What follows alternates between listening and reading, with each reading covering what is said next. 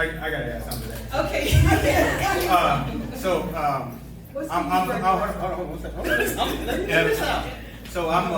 I'm Booker T by blood. My mom and dad are class of '70. I'm McLean by neighborhood and emotion.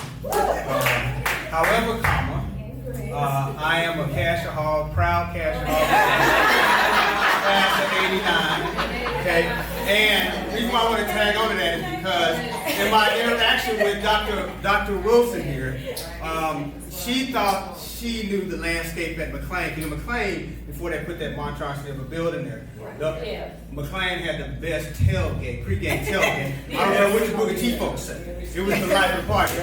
But the reason why I say that is because she thought she was going to escort me around the tailgate one day. And before she knew it, I was like, girl, I'm more McLean than you are. This is my neighborhood, 48th Street North. And I was able to get more places at tables than she could get. So anyway, so you got a brother from 48th Street North who graduated from Cassia Hall, leading you around at the McLean tailgate. Thank you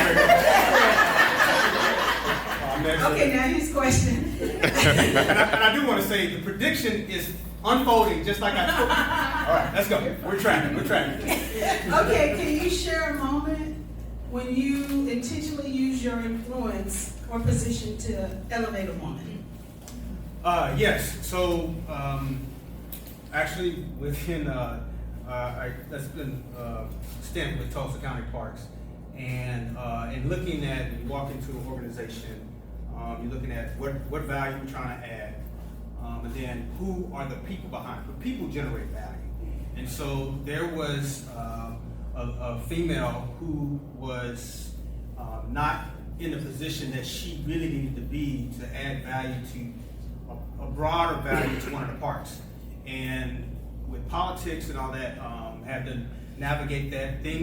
God moves things so you can move around too. So because there were some people that got pushed out a little bit, I knew she would be perfect for that role. Was her overall personality perfect fit for me? No, because that was secondary. I needed to be value add to front facing because I'm not the one that's going to the park every day. I'm not the only one.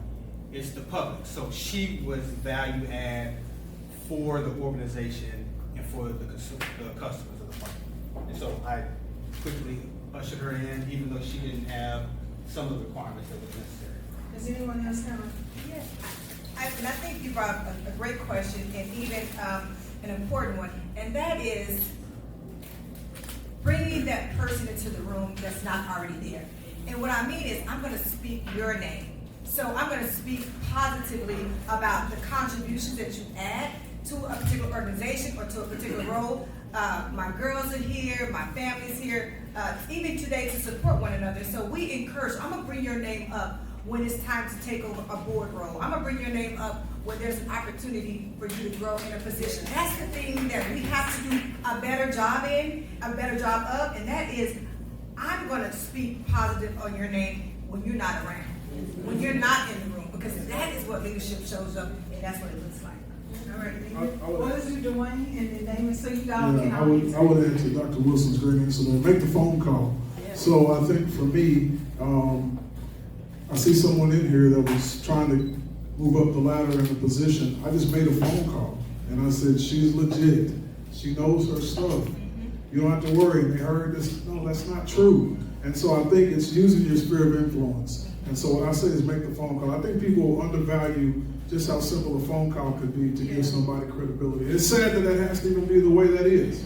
But sometimes just giving a phone call on behalf of somebody definitely changes the trajectory of what they're trying to do. All right, Dr. Gilkey, Mr. Allison, you answered, both you guys do something. If you have any situations. Always. I mean, being in TPS, a lot of times you are able to speak on behalf of different roles, and I served in different sites, and with that, there's always a question of, would you hire this person? Would this person be a good fit for this position? And like the majority has said, it's a matter of just speaking that from your experience, those relationships, giving those people an opportunity that perhaps someone gave you. So I believe in lifting up everyone by doing that. And if I have some hesitancy, I'll mention that hesitancy, but I will definitely highlight those skill sets that they need. Question was, how you my influence to elevate Other, the people of people? I don't know. I think it's important that we support each other, and a lot of times that doesn't occur. So that's part of being leaders as well. So, as I said earlier, I'm in construction, so up here I'm speaking from my experience. Well, I also have experience being a father of 10 young ladies. And I made these 10 young ladies with women. So I supported their mothers, so they're women in my life. I'm not gonna tell you how many, but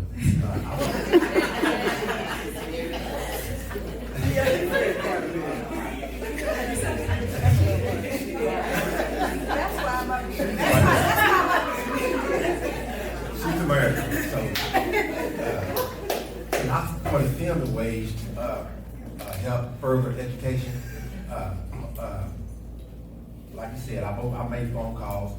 My name carries weight, and I made phone calls, open doors for people, invite them to my space and for the arena that I'm in, real estate. And so I'm using the term baby mamas. So I've helped elevate my mothers of my children, along with my daughters and men as well. So that's how I define it. Okay. So what happens, I had this experience last year. A young lady, it was her son just graduated from college. She said, emailed me. She said, hey, we work in the budget office. Budget office is fast paced. We're in the budget process now, starts January, go through September. Majority of my time. So we Black, African American male, Hispanic guy, they were going for the position. Only had one position. Well, my assistant director is Hispanic. So she and the staff voted for the Hispanic guy. I said, no, let's do this. It didn't work out, y'all. But I did try him. And so when I was going to extend I said, let's extend him out for another 60 days just to see if he works out. So I called our employment office and she said, you're doing him a disservice because it's not a good fit. If you know him 45 days is not a good fit, it's not a good fit. So his mom actually said she appreciated me at least giving him a chance because I did give him a chance. So I think sometimes it wasn't so they said, well, the other guy ain't working out either. So neither one. So I told him I take this one. So it was to the point because I told my staff, no, I'm going with him because I want to give the African American young man a chance because he doesn't have any experience, just graduated from Texas A&M.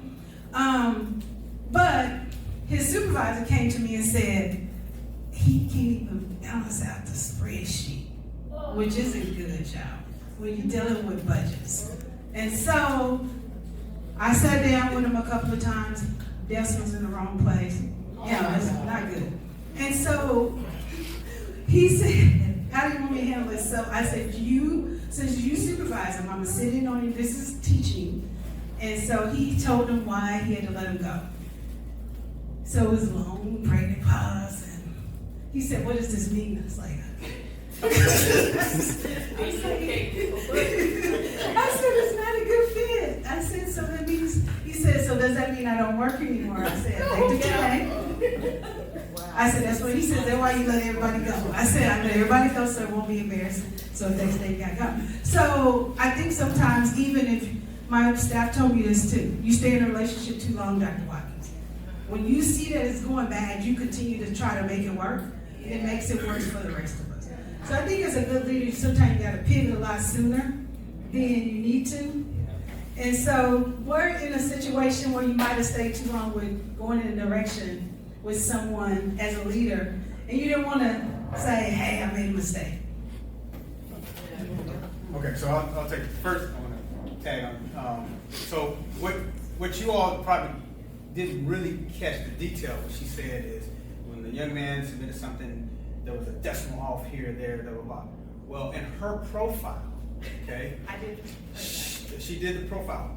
She has a profile that says, I'm very detail oriented, okay? Well, you And- can't be off with a woman, but Well, good, I agree, I know, I'm saying, but you said one decimal, I get it, but it's the detail. Okay. All right, the devil's in the detail, and with her, and where her profile is, and on the surface, and then underneath, there's some underneath driving forces. You better come, if I'm gonna support her, okay, I better come to the table with my data organized, my case laid out, okay? And I know, I'm talking, my personality is like, boom, boom, boom, boom, let's move fast. But when I'm communicating with her, I gotta slow it down because she's a processor of information, right? And don't come with, unless it's an absolute emergency, we gotta make a decision now, that ain't gonna fly with her, okay? So understanding. Pretty accurate. Understand and understanding the leader's style is important. If you are truly first, you gotta put yourself in a position where you're saying, I am here to support you. Okay? And then you've gotta know what they prefer to help support them. And you gotta know how to regulate yourself. Okay, and you got to know how to complement that leader.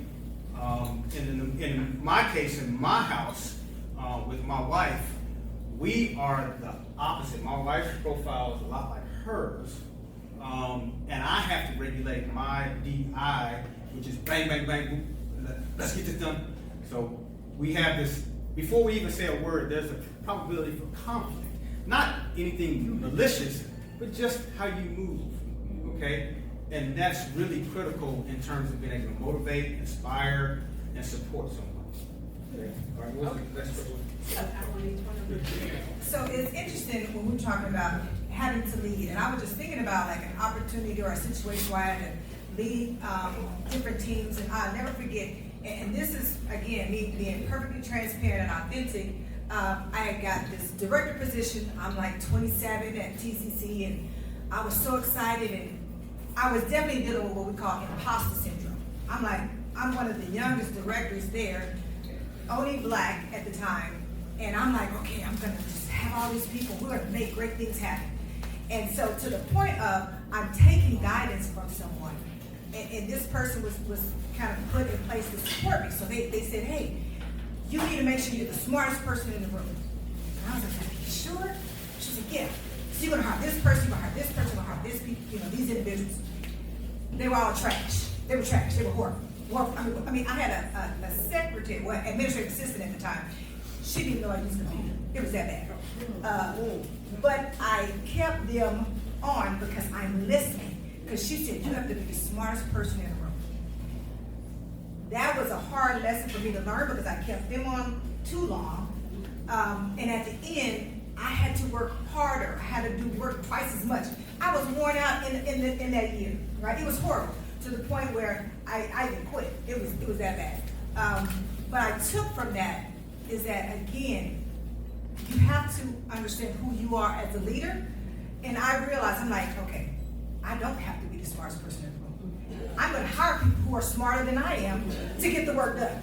And so as you mature, and as I became a leader, when I went to RSU, so I was over a particular department that was in disarray, and I realized really quickly, I'm gonna need to get rid of these people.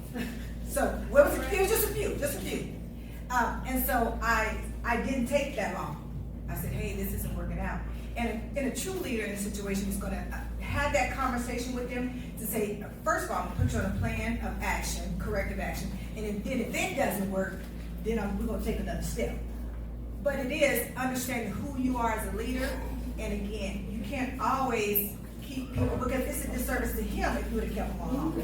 And it would have been a disservice to your organization. So there's been a couple of times where, again, I kept people on because I was offering grace. But it wasn't beneficial for anyone who was involved.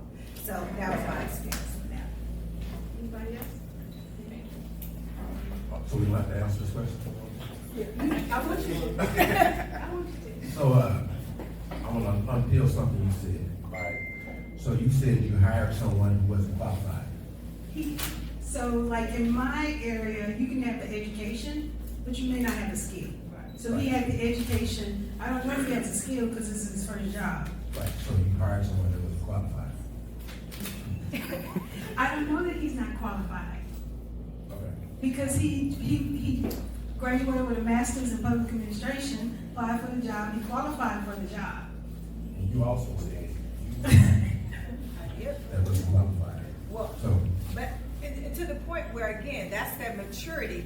Again, that imposter syndrome, it runs rampant. And specifically in our African American community, when you're put in a position where you're trying to be this provider, this wonderful leader. And so I hired bad people. It's so bad. this is for me and I'm from Venus, when somebody from Mars. Yeah.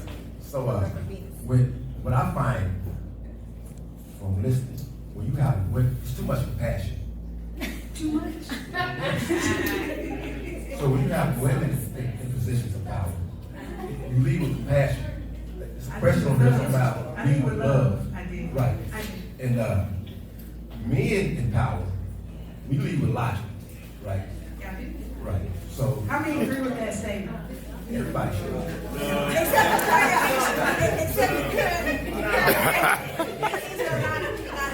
Except it's not logical. He doesn't have it. So, So, let me say this, brother Alex, go ahead. So what I'm saying is, so now you have a man to support you for making decisions from passion. So what we do is, as men, how we support that, we sit back and when you do make that decision, like the guy, your boss, I don't know who it was, he should have came up and told you, did you check this dude out first? Before you did you have a second? I told him to hire the person because when his mom emailed me and asked me to hire because he could not get a job, he just graduated. So I understood it because when I graduated from Syracuse, moved back home, I could not get a job in my field. I worked in other fields. So it's not to say he didn't have the skill. Right. So I think it wasn't a good fit, which all organizations and jobs may not be a good fit. So I tried it with them, it didn't work. So the plan of action is not a good thing for us because once you let them pass the 60 days, it's a nightmare, believe me. I had a person filing a grievance and said they were scared of me because they feared their life, okay? But it would be, and so I went through all of that, but so I don't let them pass 60 days now, because I don't have to have a plan of action. So to answer your question, right? So I have daughters, and 10 of them. And raising them, they will always get into something, right? As their father, I'm always on their side, right? No matter what they did, I'm coming up to the school. I know they 100% in the wrong, but I'm showing up for them as if they're in the right. Now, when I get them away home, then we have that conversation. But in front of y'all, I'm acting a fool for them, even though I know they're wrong. So kind of the same thing, and I'm 100% wrong. Now, when I get home, I got a daughter, my oldest daughter, prime example, she's 100% wrong. And I back her publicly, right, for her decisions. But privately, you're not gonna do that. You're not gonna do that and get you wrong 100%. So I'm not gonna put a woman down. None of my women, I'm not gonna put them down publicly. But privately, I'm on you, And so, yeah, and now, you wanna address what I said No, about? that was, I wouldn't address your comment. Okay. They're yours, they're your comments, so. Okay. So your